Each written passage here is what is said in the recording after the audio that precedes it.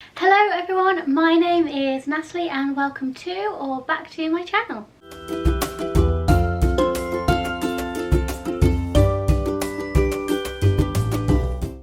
Now today I am filming the 1001 books tag, and I was tagged in this by the wonderful Rosika from the Midnight Reader. So starting off, we have 1001 lists. Do you like to follow any book lists? It can be a prize list or a challenge, e.g. the Rory Gilmore reading list. Yes, I do. I absolutely love making lists in all aspects of my life, and that does transfer into my reading life. So I love finding lists. They can be what characters from books have read, characters from movie/TV series have read. I don't often follow the prize lists or any of the book awards lists. I more do it on fictional characters, or like the 100 books to read before you die list. Actually, I will show you. I have a list like that right behind me. So my mum got me this a few Christmases ago, and it is the 100 books list, and it just has a list of 100 books, and then you scratch them off and you can see the pictures underneath once you've read them. And this is something I love, so it's just a fun way to sort of get a reward after you've read like a classic book. So this is a big list I follow, and as you can see, I haven't completed much of it yet. Next up we have 1001 books. How many physical books, ebooks, do you currently own? Now, I went through my whole house and I counted all the physical books I own. I counted all my ebooks, and I also counted all my audiobooks. Now, the only things I haven't counted in the house are books that are kind of like communal books that like all the family read, and the cookbooks.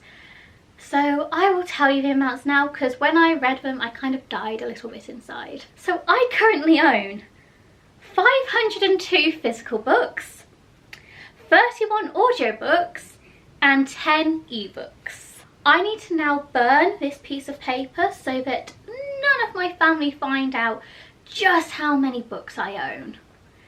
I can't believe it. That's 543 books in total. Next up we have 1001 books read. Approximately how many books have you read in your lifetime?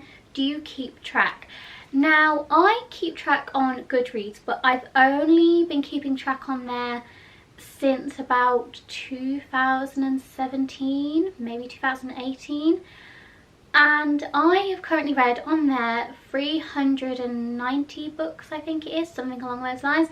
That is definitely wrong. Like, I have read in my lifetime so many books. I honestly think it's into maybe the 700s, if not like higher.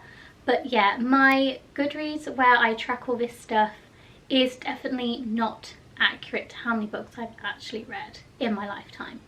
1001 Arabian Nights. Have you read the stories from the Arabian Nights? Do you have a favourite? If you haven't, do you want to? I have never read Arabian Nights before.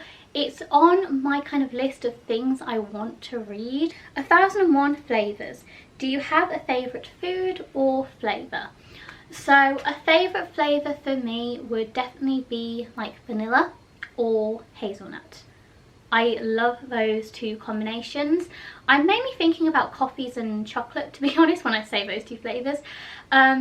But when it comes to like food, I absolutely love anything Italian. Although annoyingly, I actually hate garlic.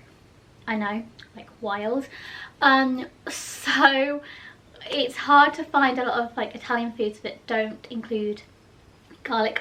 1001 pages. Have you read a book that is over 1001 pages? Is there one you would recommend? What is the largest book you have read? So I have read a book that's over 1001 pages. It is currently the only book I've read that's over 1001 pages. So it's the only one I can recommend. Jonathan Strange and Mr. Narelle by Suzanne Clarke.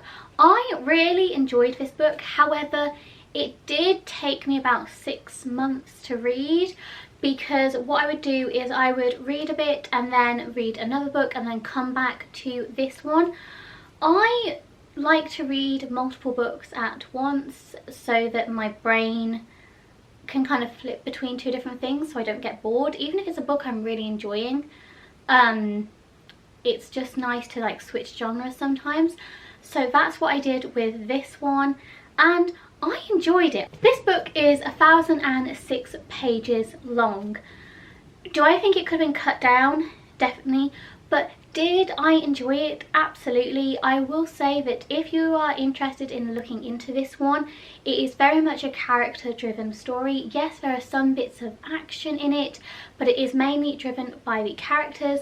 And this book follows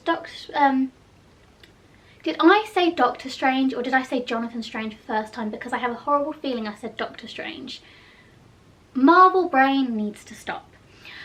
Jonathan Strange and Mr. Narelle is about Mr. Narelle, who is a magician, and this is kind of like a history book, but it's like alternative history. It's set in England, and this is as if like magic, like the classic fantasy magic, actually existed.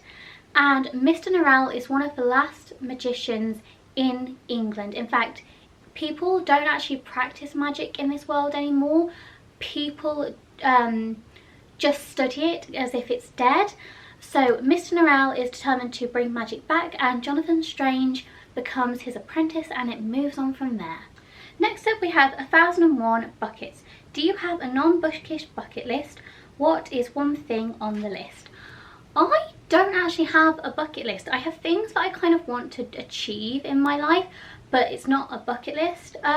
If I did, I think the one thing would be to go to Warsaw in Poland, and that is because that's where part of my family is originally from. They're originally from Warsaw, and I would just love to go back and just be where like part of my family was from and explore it.